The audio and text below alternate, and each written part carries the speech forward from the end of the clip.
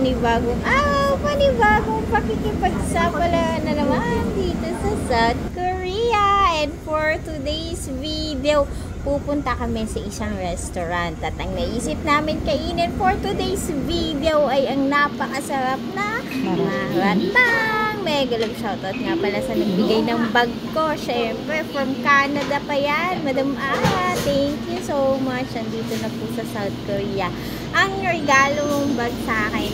Thank you so much. So, eto nga namimili ako ng So, ganito guys, pagpasok mo pa lang ng pinto dito, nandyan na yung malaking bowl, tapos maraming sipit.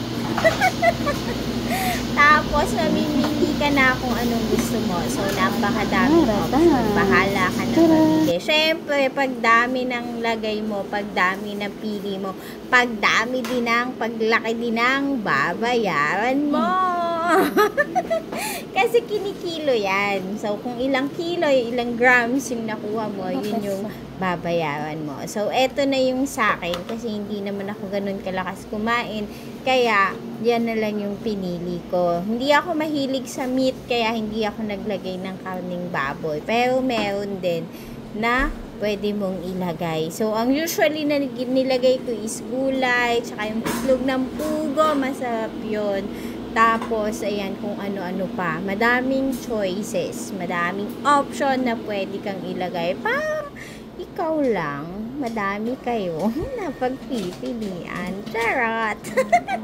So, pinayadan ko siya. Ang naging kabuong bahid ko dyan is 8,000 Korean won. So, hindi naman siya ganun kamahal. Kasi sulit naman yung presyo. So, iniintay ko yung kasama ko kasi siya pa yung namimili. Gusto niya, mahilig kasi siya sa meat, kaya nilagyan niya ng meat yung sa kanya. So, yung order niya is umabot ng 11,000 Korean won. Compare dun sa akin na 8,000 lang. So, habang iniintay namin yung order namin, naghahanap kami ng pwedeng maupuan since maaga pa naman kasi ngayong oras na to it's 1 PM. So, konti na lang yung tao. Nakapag-lunch na yung iba. Tapos yung iba naman is siguro mga busy pa. Charot. Nag-assume na busy sila. So, eto, nakahanap na kami ng uupuan malapit dun sa may mga sinusulat sa dingding na kung ano-ano pa. So, ayan, binayadan na din niya yung kanyang nakuha. So, yan nga, nasa 11,000 Korean won ngayon sa kanya kasi nga, meron nga siyang nilagay na meat. So, eto guys, so, may mga dinidikit sila doon. Yung mga sinusulat nila sa resibo, tapos dinidikit nila yung mga message doon. So, eto na yung order namin, diba? Yung anghang na pinili namin is number 1 lang. Pero kung mahilig ka talaga sa maanghang na food, pwedeng 2, pwedeng 3. So, ayan na, let's eat na and let's enjoy the taste of this yummiest maratang in South Korea. So, kapag napasyal kayo sa South Korea, huwag niyong palalampasin na matikman to. Kasi, sobrang sarap. Hindi kayo magsisisi kasi sulit na sulit yung kaya. Actually, hindi namin to naubos kasi sobrang dami nga. Pinipilit namin siyang ubusin kaso hindi na talaga kaya.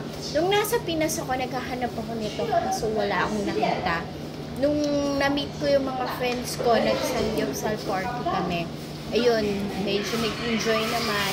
Parang hindi din ako umalis ng Korea kasi nagsanggit din lang. So, pero sobrang enjoy naman kasi nakita ko naman sa kanila na talagang nag-enjoy sila dun sa party namin. So, again, thank you guys sa sobrang suporta na ibibigay nyo sa akin. So, habang kumakain ako, nagkukwentuhan kami kung ano yung mga naranasan ko sa Pinas, yung 3 days na bakasyon ko.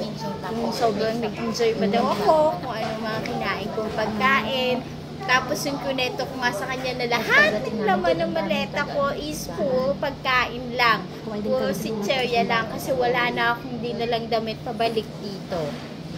Ibinigay ko na siyang lahat kay mama. Kaya lahat talaga ng laman ng maleta ko nun is puro pagkain lang. Pero nakakatuwa kasi syempre, pagdating mo naman dito, grabe namang mahal ng mga Philippine food. Kaya yun talaga ang ipinunta ko lang. So again guys, thank you so much and God bless as always. So, diretso namin yung pagkain kasi after neto ay may iba Gusto nga naman nila. kaming pupuntahan kasi Gusto nila pasokan na ulit ng mga pupunta. estudyante Di dito. ba yung anak So, mo? mamimili na ulit kami ng mga gamit na gagamitin nila sa school. Again, thank you so much and have a blessed day everyone. Enjoy your day and keep safe always. Bye-bye!